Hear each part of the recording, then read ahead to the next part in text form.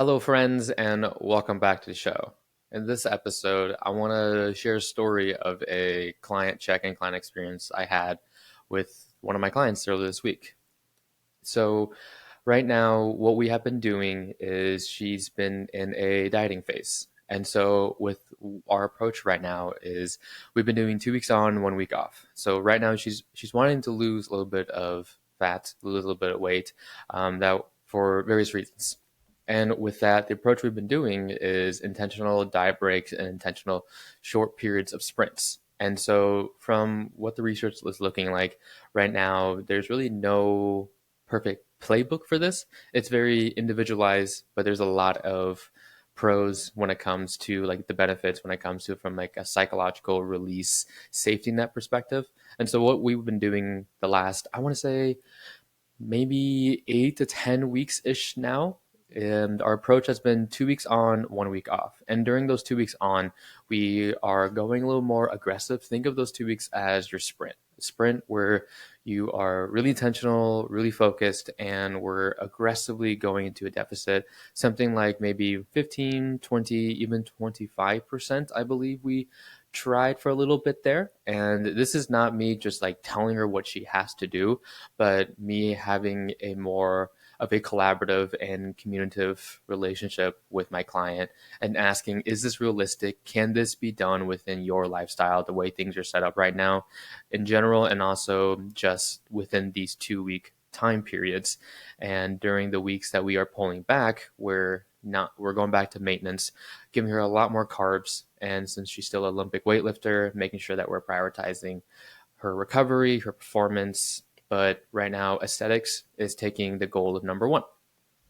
And so we've been doing this intentional diet phase for about several weeks now. I believe it's 8 to 10, roughly. I don't remember top of my dome precisely, but that's what we have been working on. And the reason why these strategies are really helpful and that I personally favor them for myself and for the clients I work with is that, like I shared a second ago, is that yes, you're going to be a little more aggressive approach and go into a sprint, but you have those micro weeks where you're able to pull back and eat another 400 or 500 calories, and majority of that from carbs, from protein, from whatever the breakup is, but typically it's a lot more carbs and a little bit from the other, because definitely when you're in a dieting phase, you want to keep your protein high, you want to keep your fiber high as well.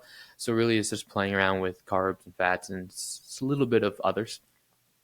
So with that, during those weeks that you're on those diet breaks, you feel really good. And they're a nice psychological break for most people. That way, it's different than just the continuous trend of you just being like, hey, this is a 12-week period, hypothetically, 12-week period, 20-week period that I am going to just trend a number down the entire time. And for some people, that works totally fine. But having those psychological breaks for others is really helpful, especially when they are intentionally planned around certain like events that's happening in people's lives. So like for her, a lot of them were during heavy training weeks where the volume was really high, where we wanted to optimize recovery. We don't want to, that's the delicate balance there between when, if you were trying to get stronger, trying to get, increase your performance, and also want aesthetic goals out of that too, benefits, then manipulating, juggling the two variables does kind of pound heads, and we got to be very intentional with that. And it just, so yes, during those diet break weeks, we're able to get a lot more calories, a lot more carbs, and helps with recovery, helps with performance, help with any type of mental fogginess, decision making, really from like the brain neuro perspective. It's really helpful. And just from a psychological, emotional, food craving, food noise perspective too, of having these windows and these like momentary periods that you can look forward to of getting these foods back. And as you plan them around certain busy weeks of, that there's going to be a lot of unknown for period, like unknown variables. That was what word I was looking for, of you about to be traveling, you have family events, there's anything. And plus it's been summer. And so those weeks have been really helpful. But really where I'm going with this is that since we've been in the hole doing this for the last couple of weeks, we haven't really been seeing a lot of big changes. And we have looked at as many tiny things as possible, from the way that she's tracking everything, the way that she's weighing everything, from just as meticulous as we can be, looking at the oils, the sprays, the weighing the grams when it comes to scoop from the protein powder, to all these things. And there's different levels of how meticulous and how more tuned in a person could be, depending on your just experience, your expectation, your willingness to be that dialed in. It's neither right or wrong. It just depends on the person. But we concluded on it's funny how we came to two separate conclusions, but they were in parallel with one another. So we came to the conclusion that we had to talk this week, and I was already about to bring it up, but she's competing this weekend, and she brought it up first to me when I was about to bring it up the weekend after, because I was personally thinking that I think we shouldn't be in a dieting phase right now, because when you are in a dieting phase, eating less calories than your body is needing right now is a stressor. It is a stressor on you in a lot of different domains in life, not just from like the food itself, but also if you are training, if you're training hard in your personal life, in your mind, in how in your lifestyle, in your training, in every domain, consuming less calories is a stressor, and it will affect everything. That's something that many people overlook, that it's just, oh, I'll just eat less calories. Easy. It's simple when you look at it as a thought, but it's way more challenging than that. And the strain that it will have on your body, because now you're telling it to do different things while you're needing that energy to do to support the amount of energy expenditure that you were doing in your daily life, from the amount of walking you were doing, from your cognitive abilities when you are working, when you are thinking, when you are performing, when you're all the different things. And so calories, you need that stuff. And so when you're in deficit, it's your body doesn't like it. It's not an easy thing. It's not something that's relaxed. And with that, she was experiencing a lot of stress in her personal life. I'm not going to say who it is, but personal life, and that's something that a factor that many of us overlook when we are trying to get into like a dieting phase. We're like, oh, okay, we have some weight we want to lose, we want to improve our body composition a little bit for X reasons, and okay, we are going to do this for this extended period of time. But many people overlook the fact that all of our lives are very complex, and there's a lot of unknowns, especially in this case where there was a lot of personal loss that she was experiencing in her life. While I was zooming out and looking at everything over the course of the 3 months or 4 months that like leading up into this, and while we were dieting, and for anybody experiencing multiple losses in your life is a huge strain on every level, emotionally, mentally, physically, and it's going to leak into other areas, and we all cope in our own ways. And so with this is stress, and it's going to cause resistance. It's going to make things a lot harder. And we essentially came to the conclusion that maybe this wasn't the right season for her to be in a dieting phase. No matter how much you want it, if there is just so much in your own life that's demanding of you, there's so much stress in other areas, then sometimes it's not up to you if you want to be able to go into like a dieting phase. It's maybe you just have to eat at a maintenance level, just fuel yourself, being well fed, well fueled, and just nourish yourself well to support all of the demands that you have going on, from the intensity for training, the intensity of your life, all the other stress and commitments and responsibilities you have to juggle. There are seasons where things are more manageable and things aren't as at a higher stake, to where you are able to go into those deficit phases. And then there's seasons of life where you don't have a control, or in like control in what happens, because nobody really plans for their loved ones and people that they care about um, to pass and other large stressor things to happen.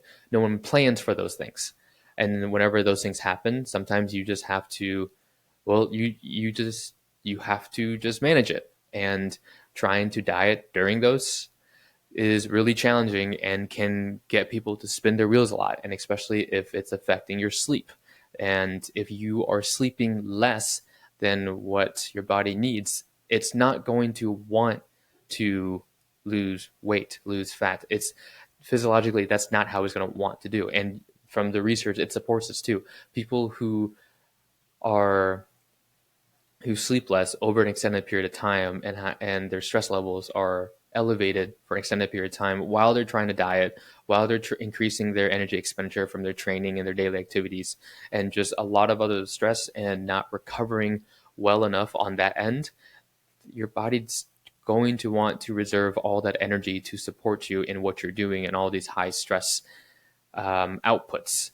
And so we both came to the conclusion that maybe right now is not the right season. And after we had this discussion, I felt really good about it, and she had a really good feel about it. And we're, of course, going to be talking about it more as we unpack at our next check-in tomorrow.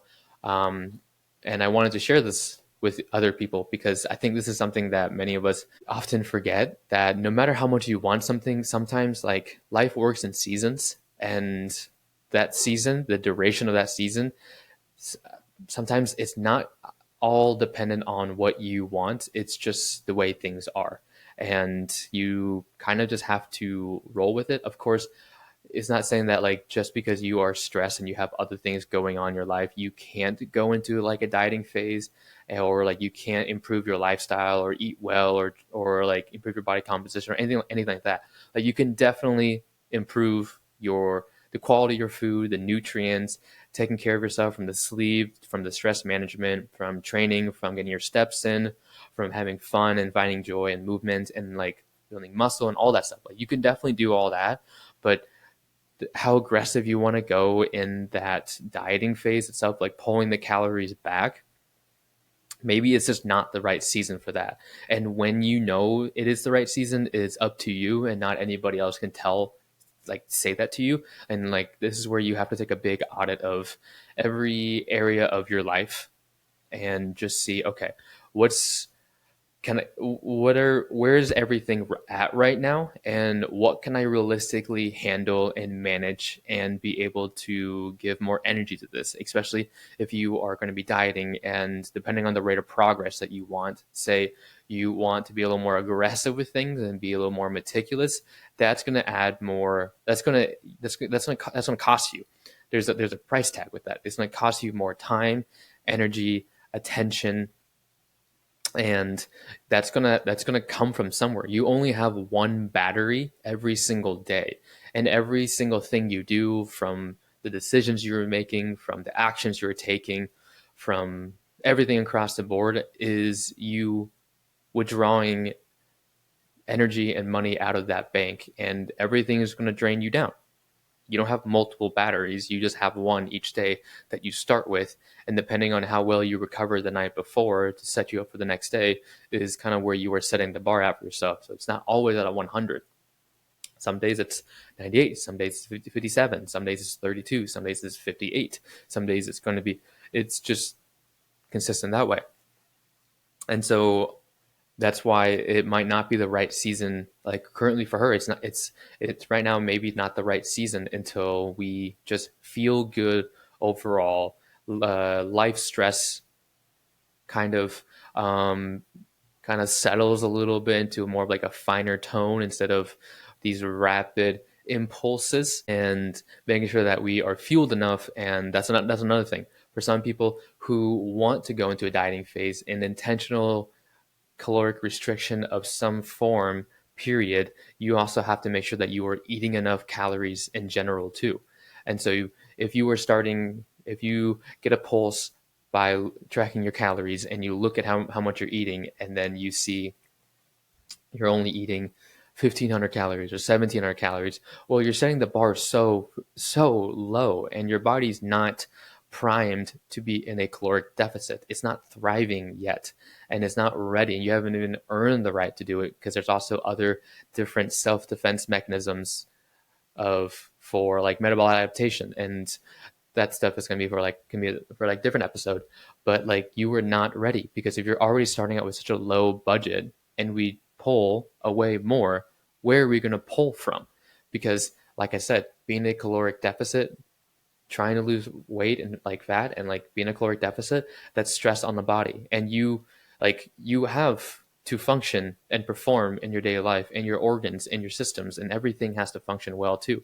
And the last thing that I want for any clients I work with is to cause them more harm, physically, physiologically, or even psychologically, with their relationship with their food and their body. Because if we're already starting so low, we can only go so low until we're jumping into the red zone hazard of, okay, now we're disrupting hormones. We can be really hurting your health, and your cognitive performance and your physical performance is going to go down, and your sleep is going to suffer, and then your ability to manage your stress is going to suffer, and you're going to have a shorter fuse, and all the rest of that. And so there's a lot of factors and variables that you have to take into account when it comes to you wanting to go into a intentional dieting phase.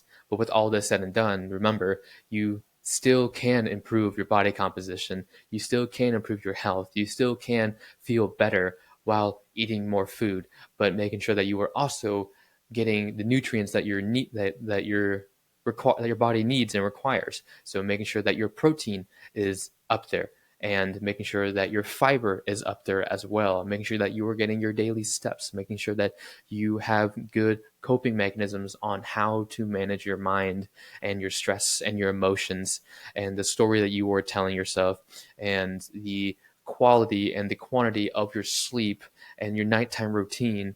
And no matter what throws at you, depending on like no matter what throws at you, like the weather, the different stress from personal, professional life and everything, and you have good methods to manage all of those, and you are training, you're going through a period of actually feeling good with your training, feeling strong, and having a good relationship with your food, definitely first, and with your body, and all of that, like, you can do a lot of good for your body. And the thing is, all of these adaptations take time for it to reflect the actions that you were taking. You don't really see anything different after a day, but you can feel it. But for your, like, from a body composition standpoint, from a performance standpoint, from all that stuff, those adaptations take time. So yeah, it's for anybody out there who feel like you're spinning your wheel or pounding your head against a wall, and like whatever you were doing with your diet, it's not working, and it's just like you're eating less and less, and you're just getting more pissed off and angry and upset, and nothing is changing, and you're just more stressed, and you have a shorter fuse. Maybe this might not be the season for you to go into a dieting phase. Maybe this is a season for you to adjust the lens, to look at it from more of a abundance lens, to see how well can I feel, how good can I actually feel. Can I just get everything in the green zone, so then I don't feel like I'm carrying a negative debt balance from day to day? Can I get above the threshold and see what the other side feels like for a period of time? And how long that period of time could be, it's up to you. It really depends on where you are starting on the measuring stick, and just making sure that you have a lot of these other areas ready to go before you go into a deficit phase. Because anytime you increase the stress in any specific area or domain, you must be able to support that equally as well.